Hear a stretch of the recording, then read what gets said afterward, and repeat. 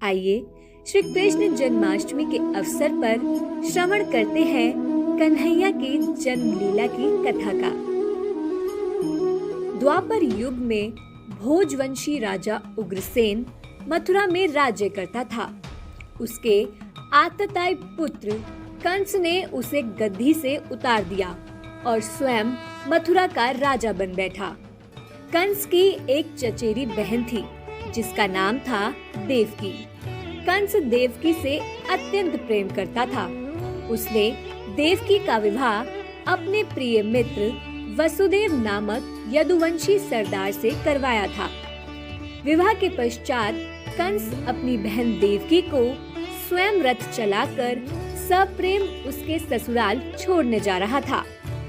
लेकिन तभी अचानक रास्ते में आकाशवाणी हुई, हे मूर्ख, जिस देवकी को तू बड़े प्रेम से ले जा रहा है उसी में तेरा काल बसता है। इसी के गर्भ से उत्पन्न 8वां बालक तेरा वध करेगा। यह सुनकर कंस देवकी को मारने के लिए अपनी तलवार निकालता है, लेकिन वासुदेव कंस को रोकता है और विनय पूर्वक कहता है कि मैं तुम्हें वचन देता हूँ कि देवकी के गर्भ से जो भी संतान होगी उसे मैं तुम्हारे समक्ष ले आऊंगा, लेकिन तुम देवकी का वध मत करो।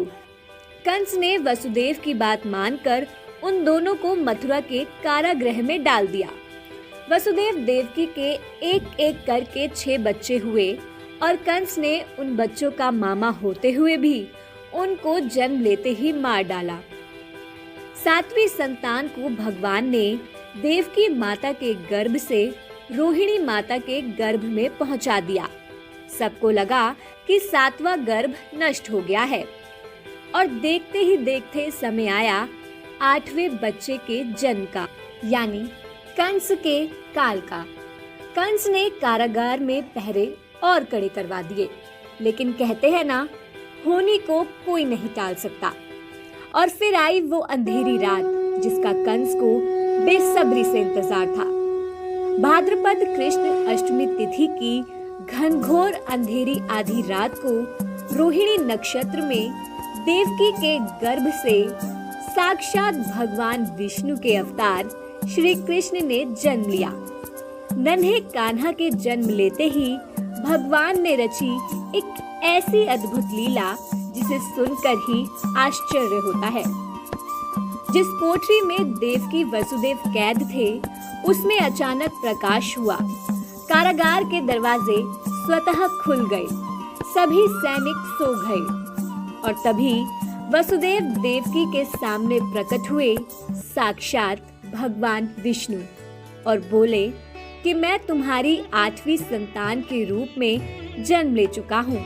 तुम मुझे तुरंत गोकुल में नंद बाबा के यहाँ पहुँचा दो और उनके यहाँ अभी अभी जन्मी कन्या को लेकर कंस को सौंप दो। नंद बाबा वसुदेव के मित्र थे। उनकी पत्नी यशोदा के गर्भ से एक नवजात कन्या ने जन्म लिया था, जो और कोई नहीं केवल योग माया थी।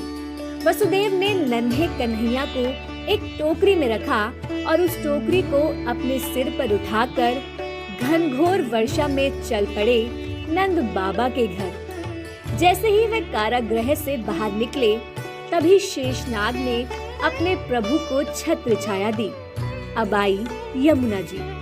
जैसे ही वसुदेव जी यमुना जी में उतरे तभी अचानक यमुना जी में उफान आने लगा और वसुदेव जी पूरी तरह से डूबने लगे। वसुदेव जी को चिंता और भय सताया कि यमुना नदी और उफान लेती है तो मेरे लला को डुबो देगी। अपने पिता की चिंता देखकर नन्हे कृष्णा अपने चरणों को टोकरी से नीचे लटका देते हैं, जिनका यमुना महारानी ने स्पर्श कर अपनी साधारण अवस्था में वापस आ जाती हैं और उन्हें गोकुल जाने का रास्ता देती हैं। यमुना जी को पार कर वासुदेव नंद जी के घर पहुंचते हैं और कान्हा को माँ यशोदा के साथ सुला देते हैं और उनकी नवजात कन्या को अपने साथ मथुरा ले आते हैं।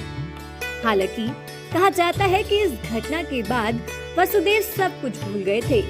ये सब योग माया के प्रभाव से हुआ था। इधर कंस को पता चला कि वसुदेव देवकी की 8वीं संतान जन्म ले चुकी है।